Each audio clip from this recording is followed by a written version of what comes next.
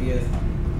It's used heavily in both audit firms and also privately, so help you with whatever jobs you're looking for in the future. Okay, so I know you want to learn to get a good grade and everything as part of your requirement of the class, but remember you put on your resume. Okay.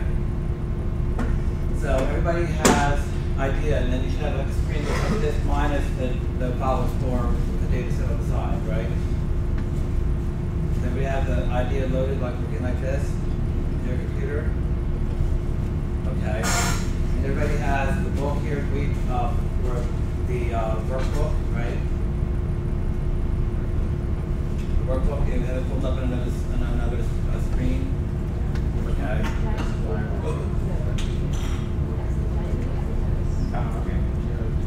There's a workbook, she sent it, she emailed it.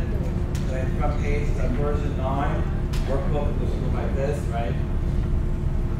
And it should have like accounts payable. Case for idea document, it should have introduction idea workbook, accounts receivable audit, which we're not doing. We're going to start doing accounts payable audit and fraud investigation. Okay? Everybody has that, right? Okay, so we want to go to page 96. And I'll briefly discuss the case here, because basically we have a situation where the CIO or the officer at this company called Credit Idea Incorporated, noticing that his account payable officer is having like a high lifestyle for the amount of pay they make. Which is a typical, indication maybe of some kind of fraud going on, within the department. The idea that perhaps they're receiving money under the table from vendors, for example, or maybe they're paying cash to vendors, or duplicating checks to vendors. All these are probabilities in this kind of scenario. So he wants to investigate, and you're investigators, you're going to be doing this auditing. Now, this is internal audit. I know this class is predominantly based on external auditing, where you're going on the financial statement audit. But this is an internal audit case where you're actually working as an internal auditor. Now, you might be interested in this also as a public auditor or a financial statement auditor if you think the fraud is significant, or it has material impact on financial statements. So you could be doing this as a regular auditor also. But in this case here, we have an internal auditor who is being brought in to examine the accounts payable data or the procurement data for this particular company. So we'll be doing things like looking at duplicates, for example, see the invoices are duplicated several times, or they're making fictitious names for the same vendor, for example, to send out checks, for example. We'll be looking to see how the data sets and looks. All these types of tests we run as an auditor to see whether you can find some fraudulent areas. We'll also be doing some keyword tests, so you can see, whatever the vendor name that has cash in it, for example, like the vendors of cash. So these are all typical tests.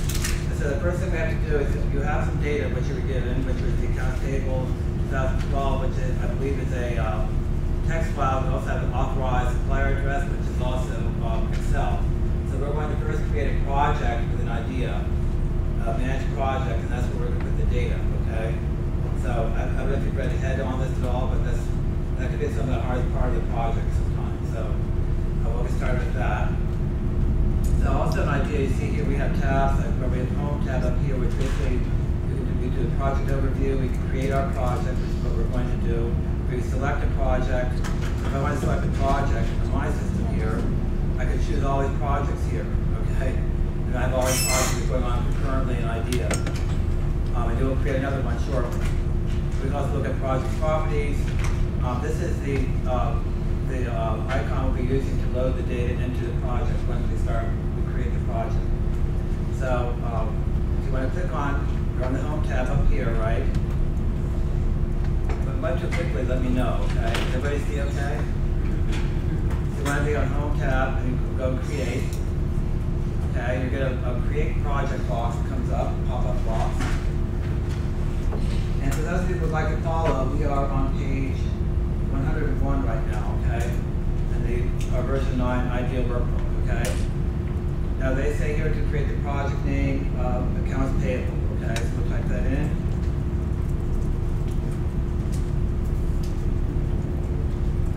Now I'm going to call mine accounts payable 10 because I've been demoing this project a number of times. I have you know, the idea won't accept multiple projects with the same name, so I have to put a different project name. You can put accounts payable though, okay? It'd be better if you do that so you can follow the book more clearly. Okay, so then we're going to make sure it's managed and not external, but it's a managed project. We hit OK. So now we're fine. Then we're going to properties. Okay, and this is where we're going to define. So someone else can look this up and see what this project's about. Okay, so we are going to do accounts payable investigation because we were investigating the fraud, right?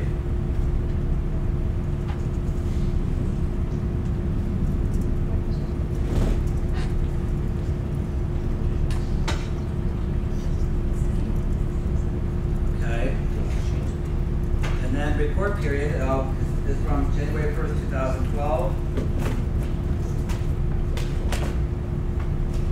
to December 31st, 2012. It wasn't too long ago, right? So, and it's locked by my name, so whatever your username will be different, right? So whatever your name is, so. And it's a managed project, you click OK. I can also click unlock if I want to unlock it for other users, okay? So now we have this project. You see now it's empty here. We're in that project idea now, okay? So now we're going to go on to, we're in our project. We're going to the desktop icon, okay?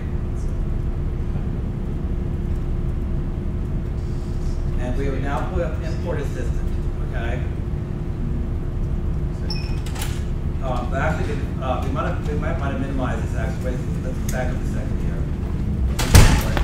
I want to show you something. So now we're going into, we need to find out, we have to locate your data in an area where you can find it, okay, so where idea can find it, okay? You have two data sets, right? The Excel file and the text file, correct? So we want to put it into the project folder that we just created, okay? So we want to go in our laptops, or we're going to go to like this PC or this notebook, or this computer. Then you're going to your C drive, you're going to users, your user ID, documents, my ID documents, okay? This is where you want to go in your directory. Okay? All of you have the data located someplace, right? You know where it's at? Okay.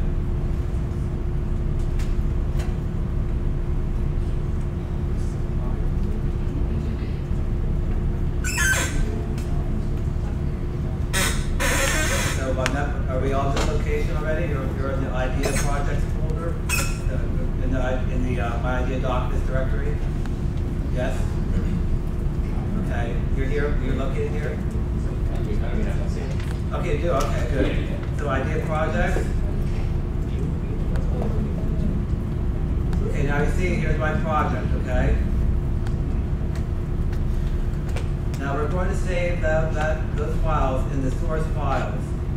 This directory here, okay? So wherever you put that data, you want to deposit it there, okay? So we'll go about and do that right now.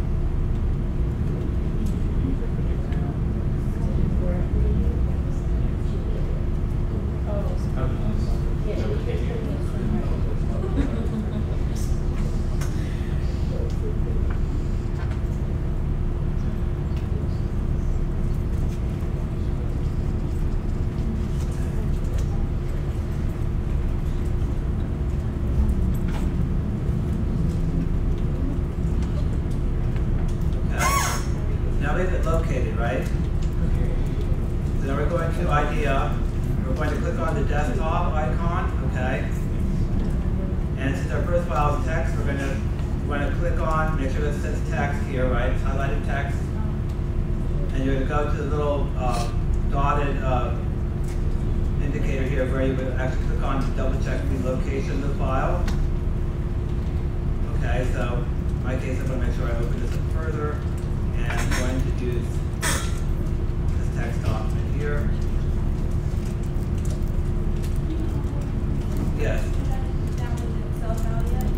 You don't have the data downloaded yet, or? You have to go into the download.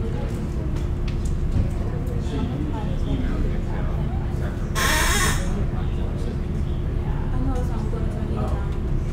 Yeah, well, I'll wait for a second. Okay.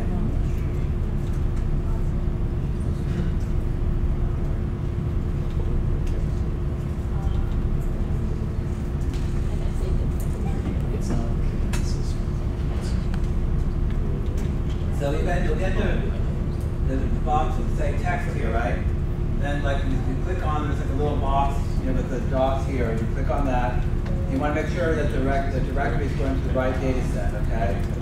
This is also handy, like if your data is someplace else, like in a different location, you can navigate. It's like any kind of download box where you would need to customize the location. Then you just click on that and make sure that you agree with that, okay? Open. Okay. Okay, so you want to put it in the source files of your project, remember?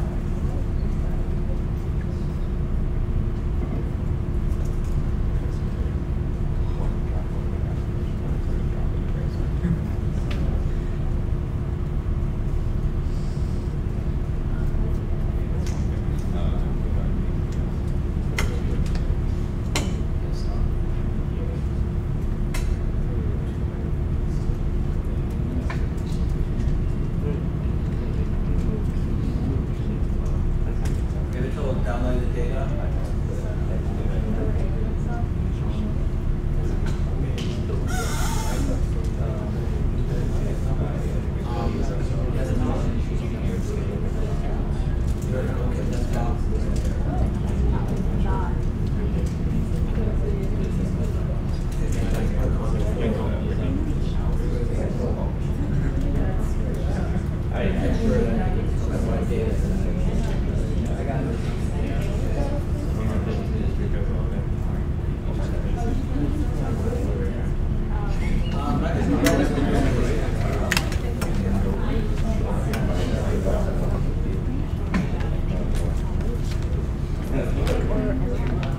That's the accounts payable. That one.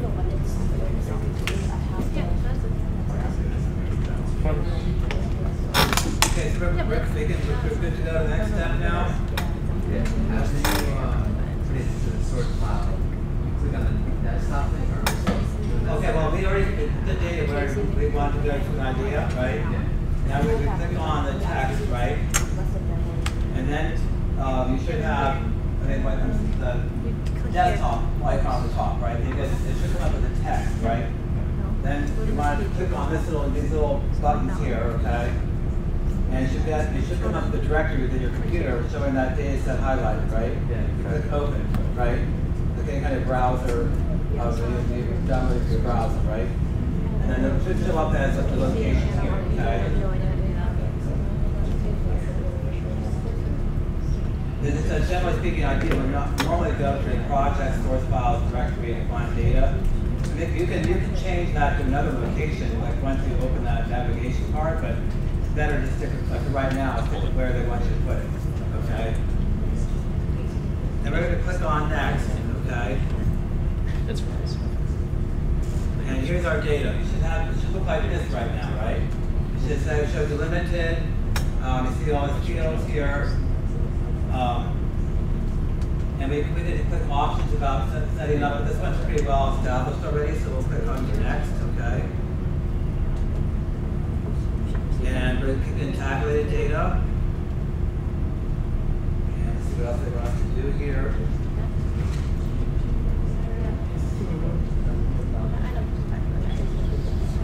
Okay, so we're not encapsulated text or anything. Every line is more 0.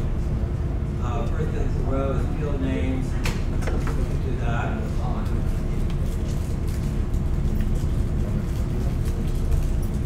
Okay. Just click next.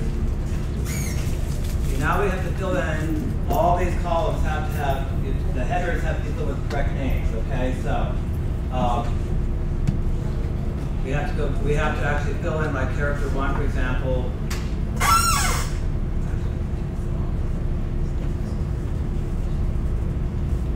We have to fill in character 1, for example, okay?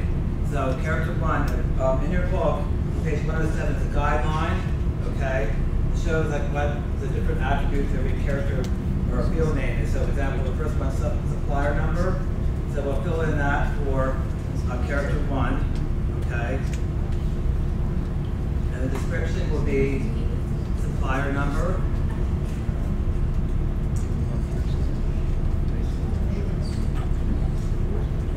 Okay? And it's a character. So even though it's a number, there are some alphabet letters in there, so we want to keep it as a character still, okay? So then we do the second one. The second one is payee, okay? So we fill that in. Description is payee. And it's also a character, okay? Then the next one here, character 3, invoice. And that's invoice number, description.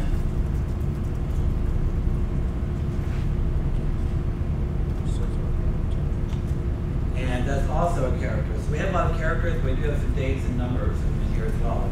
So we be mindful of those. Okay, then the fourth one is an invoice date. Okay. So that's invoice, INV, lowest score date. Okay, now this is a numeric.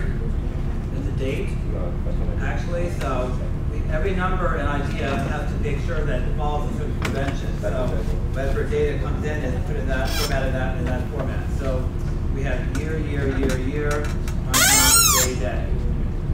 And this is invoice date. Invoice number, was that in there?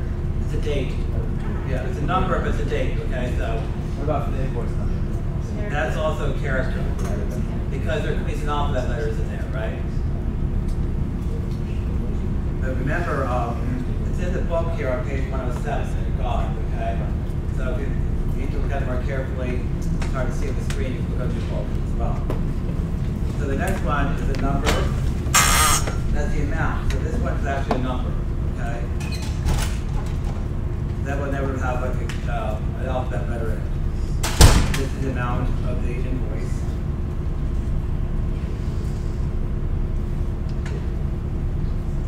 Also numeric, okay?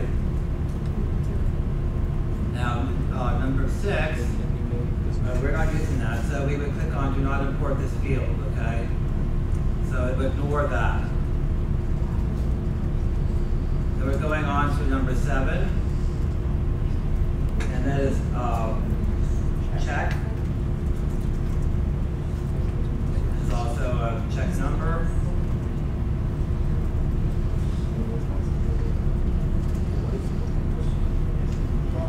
This is a numeric, okay, because it's a number, okay. We go on to the next one, number 6. This is a pay date. And this is the pay date, description, statement date. And this is also date again. So that's, we'll put that conventionally, year, right? Okay. The last one is a character.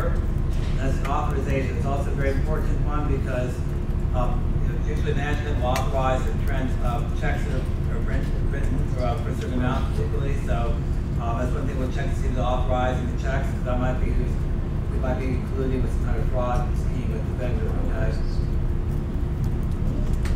So this is payment authorization initial. This is an authorization.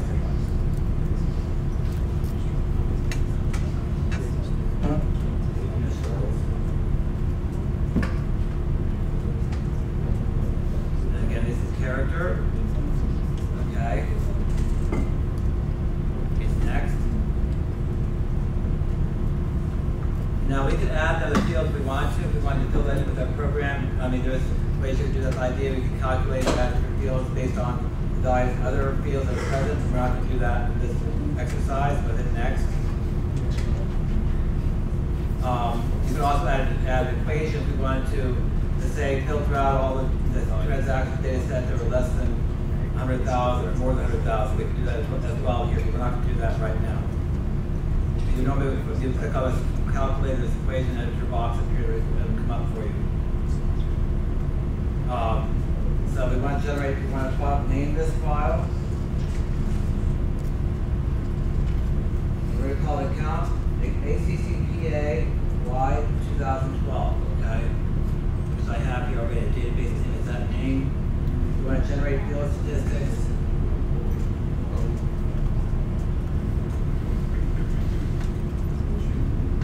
Go backwards. To what? You don't need to do that right now, but you could if you want to look at it. We were here before, right? Were you guys in version 9 or version 10? Okay, so mine might look a little different than yours, okay? So I have version 10 up here. But you should have, so you're clicking on next now, right? And you come up.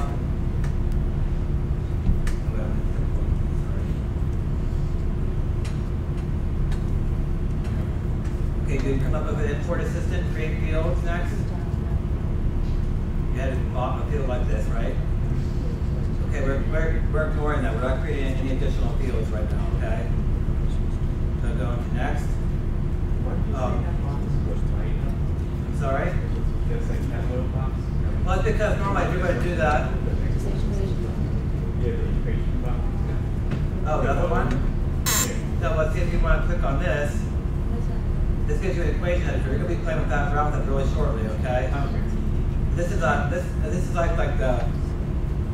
the master of IDEA, because you can do all kinds of customized algorithms and equations in IDEA with the equation editor. Like we're going to do keyword searches and everything, but you could actually pre-filter the data if you're pretty sure that you don't want to see all the data, and you realize that okay, you're only interested in the transactions that are over, let's say, $75,000, or the checks are $75,000. You could write it here, and then not even bother to see the rest of the data.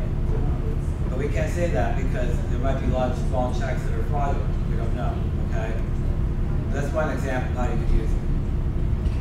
We'll be doing a lot more tests with this, so you're going to like it. Okay, so let's click on next. Okay, so now with the import assistant special idea file name, we're calling it ACCPAY 2012. And we're going to generate field statistics, okay? We're finishing here.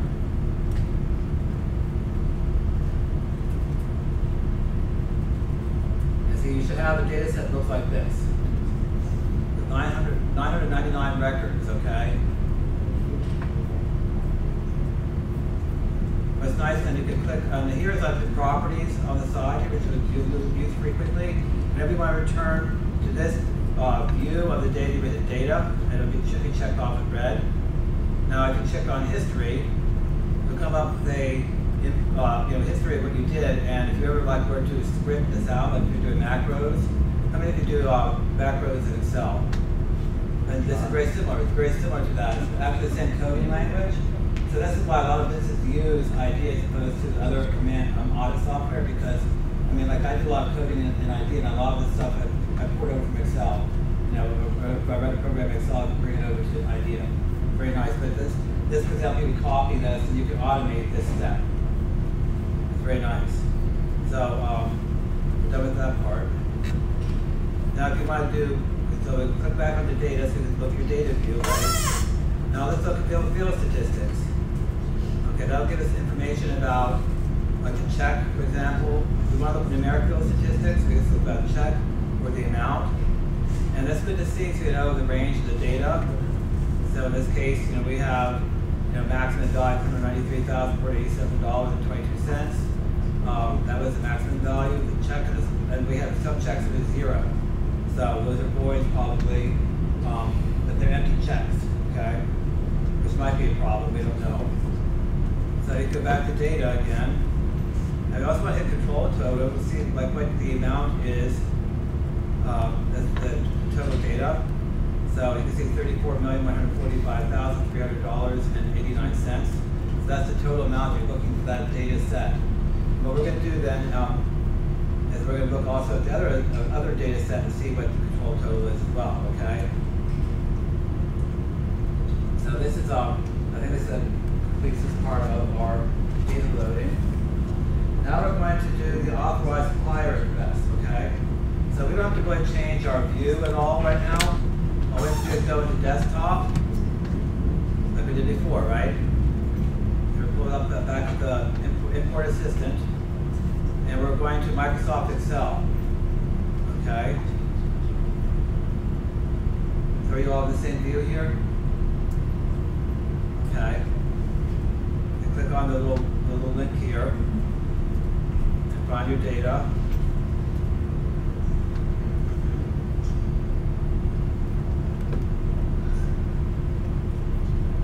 Yeah, the supplier, that's it. It should be the supplier. Okay.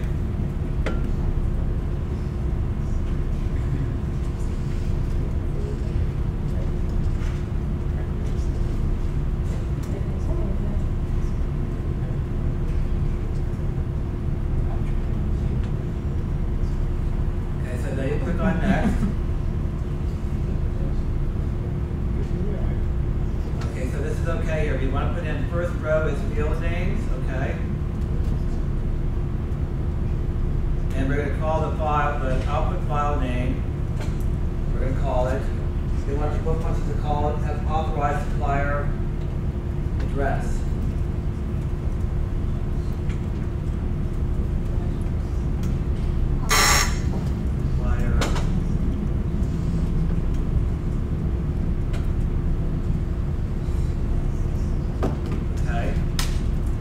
Make sure the first row is field name. Make sure that's clicked, okay? Click OK. And now we have our new data set, okay? It should look like this. It should be 48 records, right? You see that over here? And you can look at field statistics again. And you make a little box to say it's not available for all the fields, but we have, this is our total for previous year that's in here. Okay, and if we want to look at control, we go back to data, look at control total, and this is what we're looking at total previous years, okay. And so you see that, you know, the amount is less from last year than it is the current year, okay. So we do have some increase in business, so we're curious to see why it went up, by how much did we say it was? So it's like $4 million, and let's explain the sales, you know, or bills. Yes. After you click the statistics, then you click yes. Where are you right now? Let me see. Oh, that field statistics. Yeah, click on the data up there on the top. Right? And you want to do control total. This is the total. Sorry.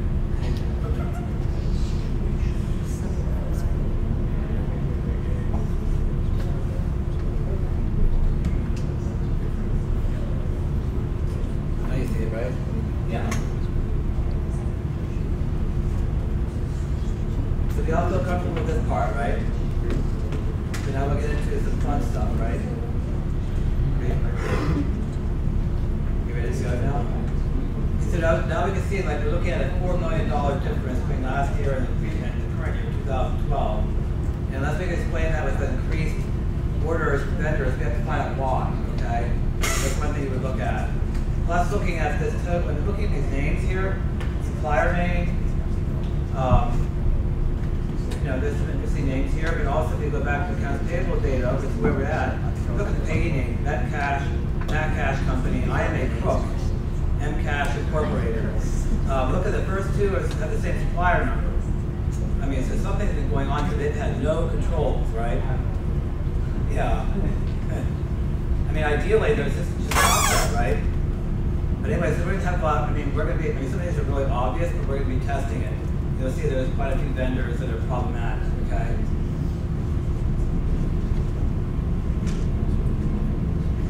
So we're pretty sure the file's been correctly imported.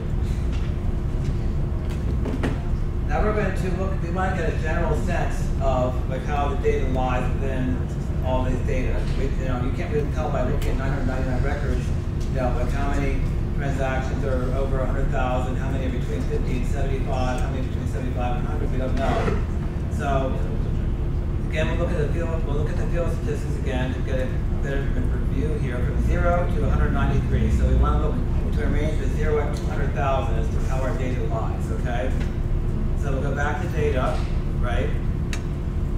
Now we're going to click on the top tabs here, analysis, okay? Now we're going to stratify our data. We're going to put it in different buckets to see how they lie within each bucket, okay? So we're going to click stratification. So we're going to get a little stratification box that looks like this, okay? So we're going to stratify the amount, okay? We're also going to click the amount, field total on will be amount. And it already has increments of 10,000 built in for us, okay? So how you activate it, you would click this one here, and it automatically populates that one, okay? Next to it, click on those. Then you might take your mouse and drag it down 10. And that gets the range for the first 10 buckets, okay? From 0 to 100,000, okay?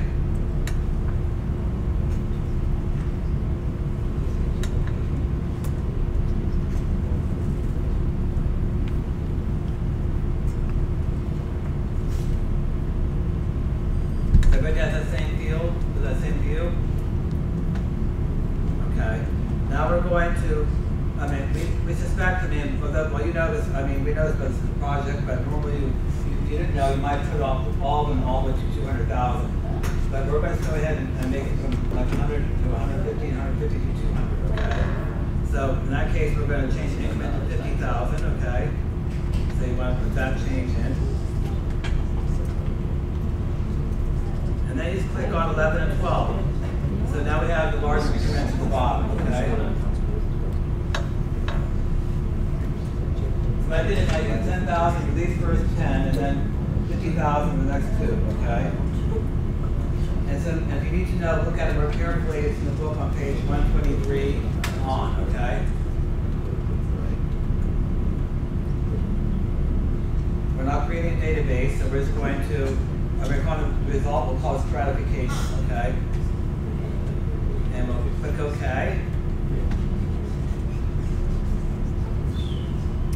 And you should get a nice little table that looks like this, right? Then we have the same table here, which has 280 transactions in strata 1. You should have 1 in bucket 11, 2 and bucket 12. All these numbers should match mine, okay? Does everybody have the same view? Okay.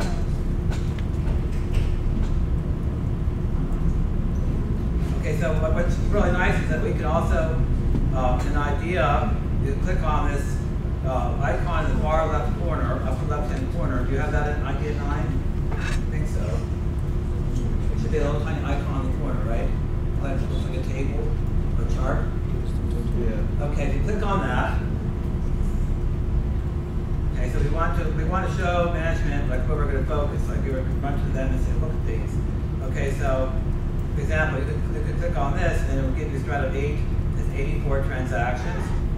Now you could we could display the field statistics of that in separate pull-up tables, for example, like we saw before. This is about this particular strata. Or we could also extract it to another data set altogether. So you could extract the records, and I could call this extraction 8, let's say, okay? I'm not just showing this something that's on the book, but it's something you could do. But I have another data set with just those transactions, okay? Yeah. Sorry?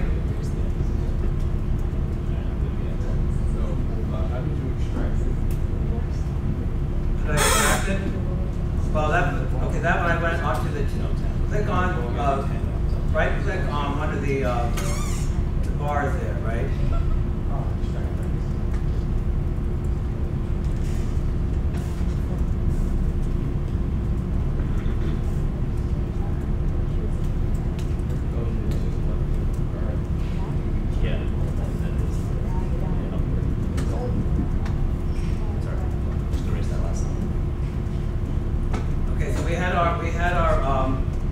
We had our stratification, right?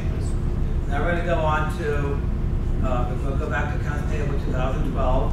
Here's the here's the table you were talking about, right? You want to see how I extracted that?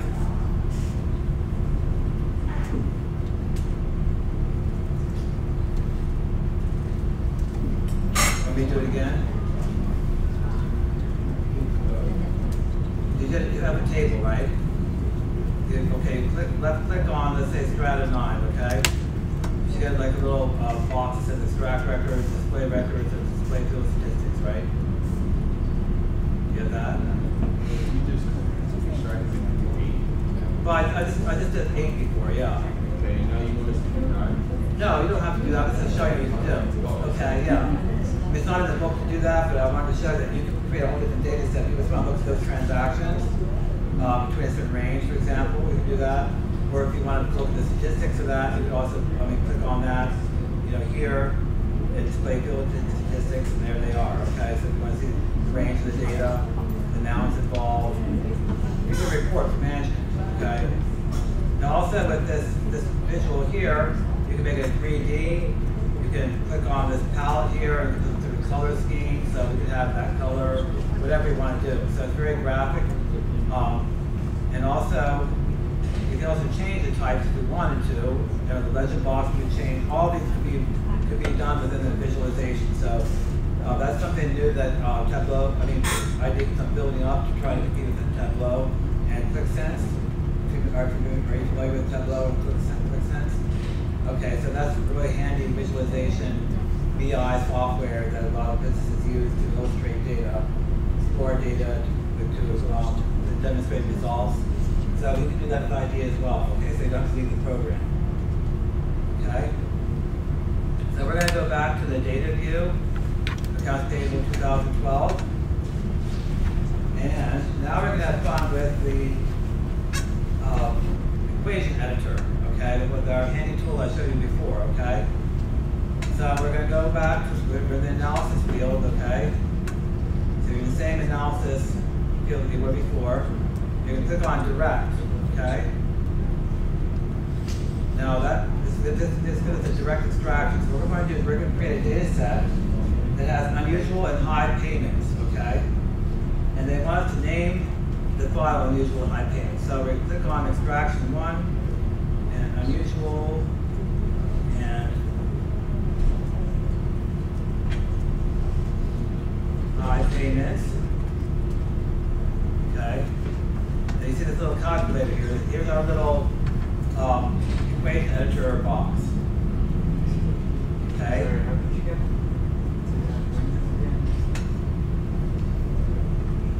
Okay, so I clicked on this direct box up here, direct urine analysis, right? Yes. Then right to the left of it is underneath home and data is direct. Cut direct, you'll get this direct extraction box, right? Now under this title here, you want to put in unusual and high payments.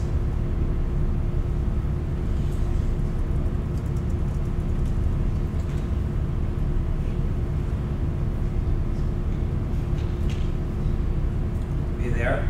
Okay. So we don't have any criteria yet, but what we're going to do is we're going to define what that means, okay? So we're going to the equation editor. Here's a nice little handy box. Almost all the symbols and methods for equations are either like you have to click them in here. All of our fields are down here. And the functions, a lot of them are predefined in idea, okay? Depending on what type of character, what you're trying to do. So here, we want to do amount is greater than or equal to 70,000, and amount is less than 80,000, or amount is over 100,000. So, we're going to click on amount first, okay?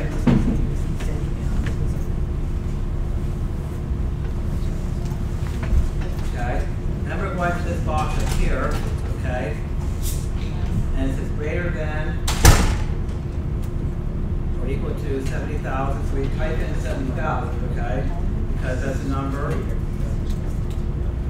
Okay. And then Greater than or? greater than or equal to. It's in, the symbols are all here on the top. Okay, so you have to make sure you click on these symbols, okay? Whatever you're trying to put in. When you type the number, then you include a comma. No, you don't do that. But if characters, you can put them in the quotation marks, okay? And the caps labels, okay? So then okay, so we have multiple conditions, right? So we're saying it has to be greater than or equal than 70,000, right? And the amount, so if you repeat the amount again. So click on the amount again, okay? Amount, okay, in this case, the amount is less than 80,000, okay? So we would click on this one here, and then type in 80,000. Okay. Okay. 80,000. Or, so then we have the or function now.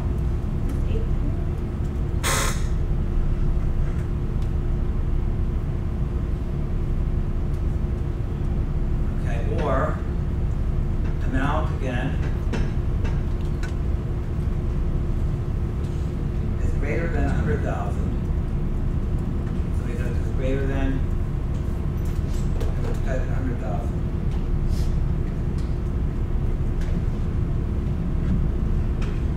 So it should look like this, right?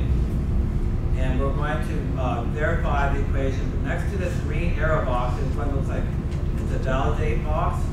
I always click that to make sure that I have a valid equation, at least that is valid internally within the command structure. That's 7,000 or 70,000? 70,000. 8,000. 80,000, right? Should be missing a zero here. It's 7,000. Yeah, missing a 7. I'm sorry, I'm missing a zero. So it's 70? 70,000. And 80,000. 80,000, yes. Okay.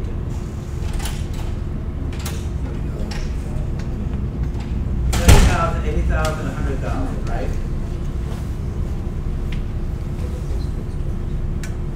Let's yeah, let's continue now.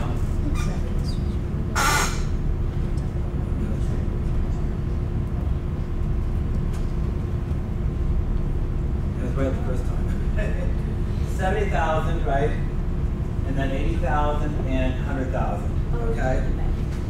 It's hard to see when it's really small. I'm not used to typing and standing up like this either. It's 70,000. Put that to 7,000, 8,000. It's 70,000.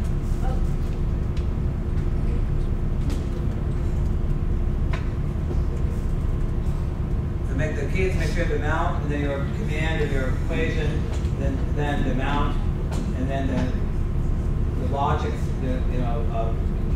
identifier and then amount, and then 80,000 is less than 80,000, then or amount is greater than 100,000. Okay. So and everyone validated the equation, right? So you click on this arrow, this check mark here. So we have here our first extraction we're about ready to perform. Okay. So In version 9? Exit or did you validate? sorry. I clicked that on the right top left-hand corner. There's a green box. It's like a green check mark, right? Before that. Validate is the one right next to it to the right. Oh. Click on that. It tells you it's a valid equation. And only in terms of idea methods. Okay, it doesn't mean that your logic is valid. Okay, it just means that like I get the wrong numbers in there, but still give me a valid equation. Okay, but it's okay in terms of it'll work for idea. Okay. So I could have 200,000 in there and it would still give me a valid equation. Okay? So it's only going to be one test that it's working idea, but maybe the numbers are wrong, you don't know, okay? So you have this direct refraction box now, right? Okay, so now we're going to pull our first data set out. So now we have one that says unusual and high payments, okay? Now as you see, like it's very unusual, like first two we see there's M100, right? What's weird about this person? Is that an idea of like the first two rows there?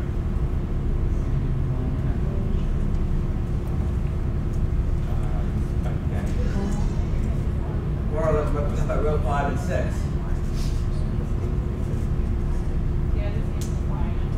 Same 10 years. Very bizarre, right? I think there's all kinds of hanky-panky going on in this particular payables part, don't you? Something's going on, right? So we have to test this obviously a lot further. I mean, we're starting to get an idea. I mean, what we could do is take this data set and do more testing on it, but we're not going to do that right now. But ideally what you could do is take this data set and we could run direct tests on it, for example, additional stipulations about what the data would be. Like we can do duplicate tests on these ones, for example. So that's very interesting to see how this data is lying so far. So now we're going to do some more testing of the extraction box. And this will be, we're going to do 4 of them at one time. Not on the same data set, but create 4 additional sets. So we're going back to the accounts payable 2012. Like I said, this one we use extraction box a lot, so that's why we're doing a lot of exercises with that today. So we're back to our accounts payable 2012, and we're going to the direct again. Okay. And what we're going to do, we're going to look for all payments of the payee name containing cash. Okay, so we saw from that previous set there's a lot of the cash already in there, so it'll be very interesting to see what we come up with. We'll also do all round sum payments. Typically, numbers still fall in neat, like legitimate amounts that are bills and stuff, and they don't normally fall in even round numbers. Usually there are odd numbers or infinitesimal like 0.63 or 0.75. Typically there are not evenly rounded numbers. So we usually have a typical test for manufacturer's numbers. In the case of somebody trying to either split a bill or put a number underneath, like what would cause attention by management. All payments are authorized by somebody with HMV initials, okay? Then all payments made on a Sunday. Because typically people are not going to go to work and pay checks to vendors on a Sunday. Okay, so that's why we typically test for transactions on the weekend, particularly for work-related fraud. Okay? So we're going to do the first test here, which I said was going to be all payments made to the payee named cash. So we're going to name it. What they want to name it. Cash and payee. Okay. That's the name of this particular file name. Click on the calculator. And here comes the fun part. Now we have these functions here, right? Functions are available for performing more complex operations such as date, arithmetic, algorithms, keyword searches, all types of things. So we have our data here is a character, right? So the payee is a character. So we'll click on character, and all the functions we're going to use are going to be in that character range, okay? I mean within that area. So the first thing we want to do is look for the one that's called okay, it's right here. I'm going to double click on that. And it explains here this exception is not a case sensitive. So look for occurrences of the types of words. So they'll filter out everything that says cash, no matter what format it's in, okay? So it's a text mining tool. So we have that here. And basically what we do have to do before that, we're going to have to put in the text amount, okay, which we're going to, next, before you move your cursor at all, hit the quotation marks, okay? So we're looking for the words of cash, we put in cash, okay? And then outside the quotation marks, but within the parentheses, we're going to put a separator, which is next to the quotation mark, okay? Then we're going to look for another indicator here called strip, okay? And click on that. And see, that removes all the spaces, punctuation marks, all the idiosyncrasies of the data. Okay, so we're in the strip here, okay? Then within the strip parentheses, we're going to put in payee, okay? So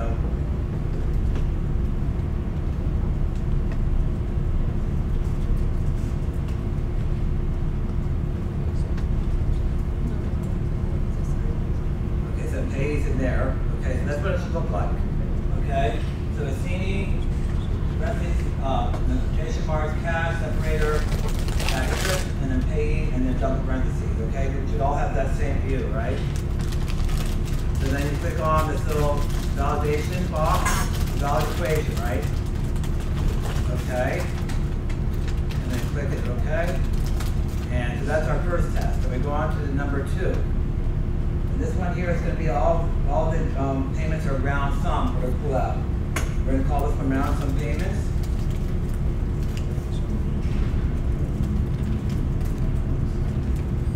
Okay. And then click on this little equation box. Okay. And this one will be more directly straightforward. This one we double click on the amount here. Now, the expression and idea for percentages is mod, so you put in mod. Okay. And the 1,000. And then we put an equal. And then 0. That will give us the percentages of, make sure the round sum is a round sum number and not a fraction. So it's a valid equation. Okay, so your equation should look like that, inside your text box, right?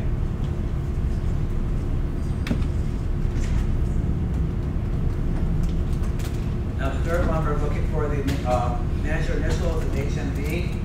So authorized by HMV.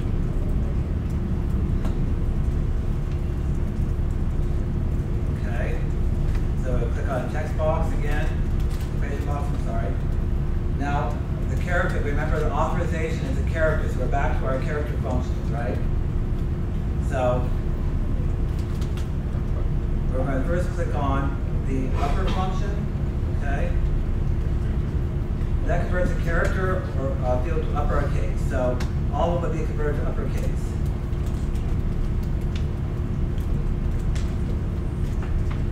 There is in that box there. Then we're going to also have to put in this script because we want to make sure we don't have any other kinds of odd dashes or something that would kick out the text. So we'll put that in next, okay? So then move the cursor, at the script there. Then within the first parentheses there, we're going to put an authorization. So we're going to slide down here, double click on authorization, okay? Then outside of the parentheses, we're going to put in equal, okay? And then the quotation marks, and we said HMV, right?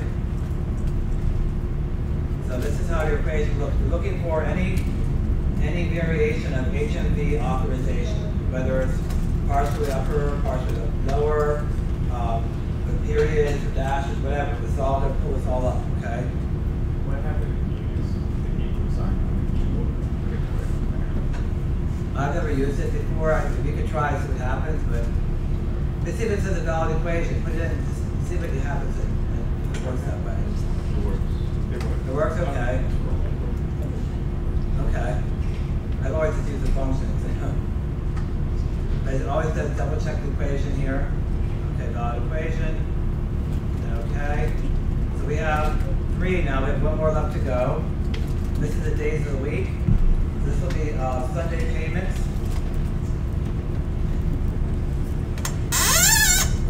Okay. Equation enter box. Now this is a different functionality. We'll get date and time. Now this goes up by the idea that 1 would be Sunday, 7 is Saturday, and all the days of the week have numbers. So we're going to pull out all of them that would numerically be a 1 or a Sunday. Okay. So we go to the days of the week function here. We want to load that in.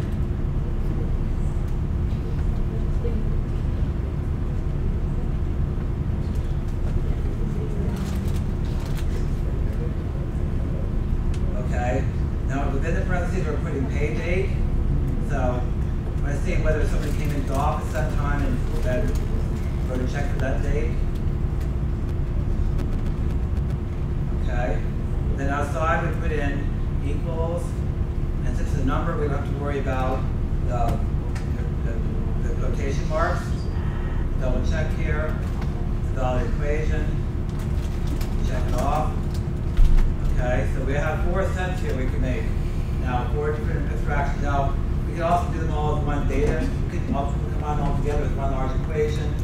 I get a little crazy, but it's a possibility as well. Or we can go back to this unusual high payments and do all the same tests. This gives you an idea here of what we can do with extractions. So we're going to hit OK. And the idea is creating all the data sets now for us. And so right now it's up on cash and payee, but we can pull up round. So you can see, for example, round sum payments, right?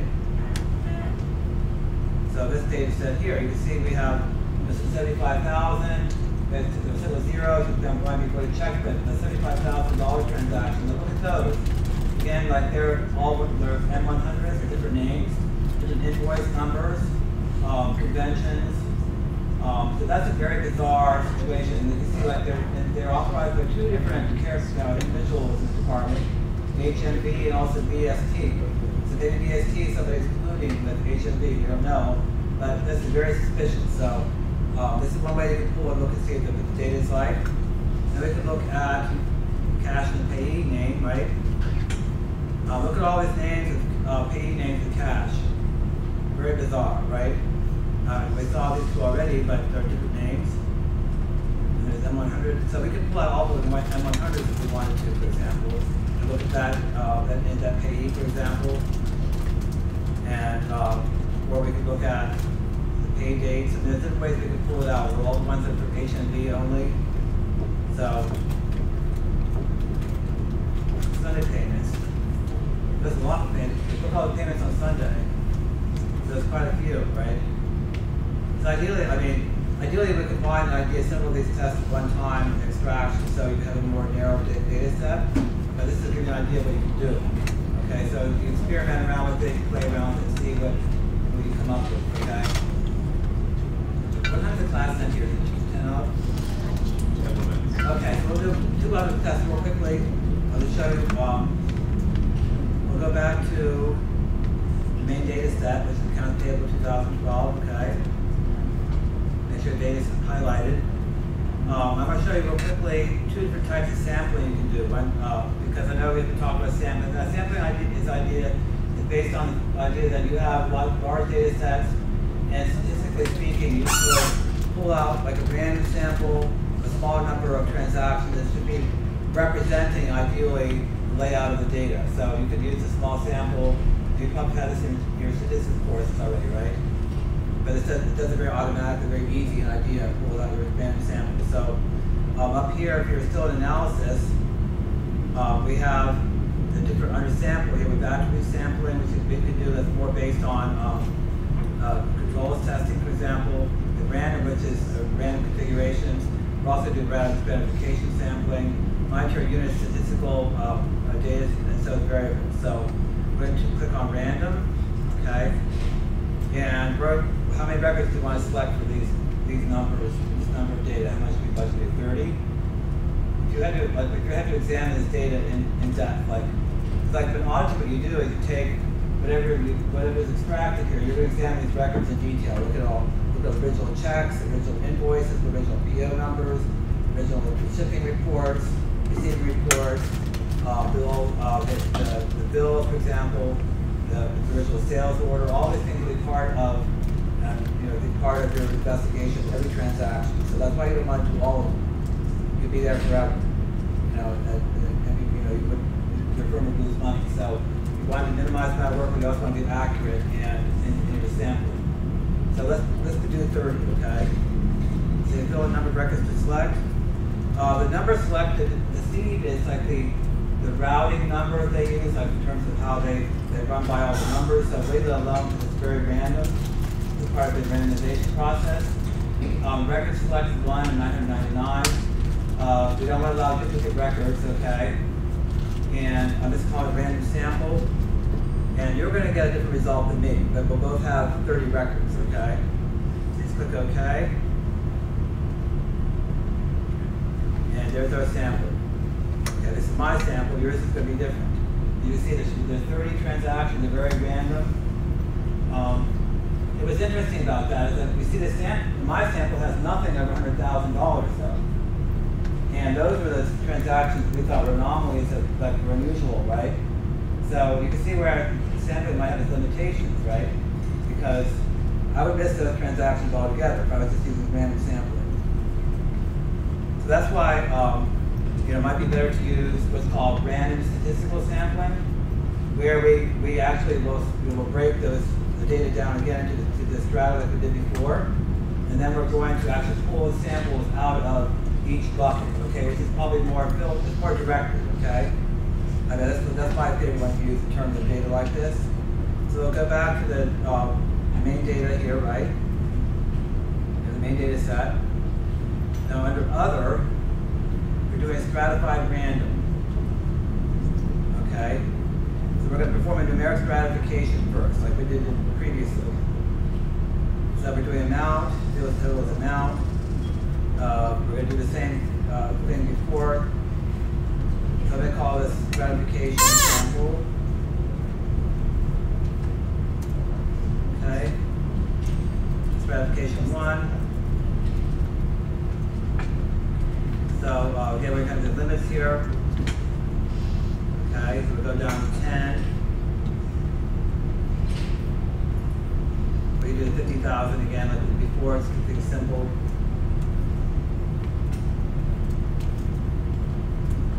Okay, so now we're creating our stratification. We're going to now run samples on. Okay, now, see that now we know how many transactions are in every bucket, like we did before. Now you can choose how many you want to pull out of each one. So this one I want to pull, let's say 10. Let's say 5, because we have a lot of buckets here. I just want to get an idea of whether there's anything there. Then you could go around and fill it as much as you want. You could do 5 here, 5 here, say 3 here, 3 here, 3 here, 2 here, 2 here, 2 here. I might have more than 30 at this point, but I definitely want to make sure I get this one here though, right? 2 and 1. Okay? So I put some samples out of every strata. So making sure that's all represented. Okay? Now ideally maybe you want to say you pull like maybe a 10% sample of every data set. And it really depends on what you want to do as an auditor, okay? And so then we do okay. And see, this would be a random sample out of every strata. Okay? We click okay. And here's our data set. Okay, it gives you where the strata came from. So all the ones I want to look at, 11 and 12, right here, okay? And there was 2 and 12 and 1 and 11, plus all the other ones I pulled up to be looked at. The mines would look different. One thing that you and I are the same are the ones from 11 and 12, because we pulled all the data set, all the data points out of that. And so IDEA is really good for sampling. In fact, the firms use IDEA for sampling predominantly. I have friends that work at, that's their primary function. Either they do like duplicate testing or the other type of grading tests, okay? So I know we didn't cover everything today, but that's a good start, right? Okay. And so this book, what you might want to do is go through the account table test we didn't cover today. It's very, very well written and very explanatory. And just so you feel more familiar with it, so you can work the world easily and receivables, and I think one other test she's having you do, inventory analysis, right? So, do you have any questions about IDEA?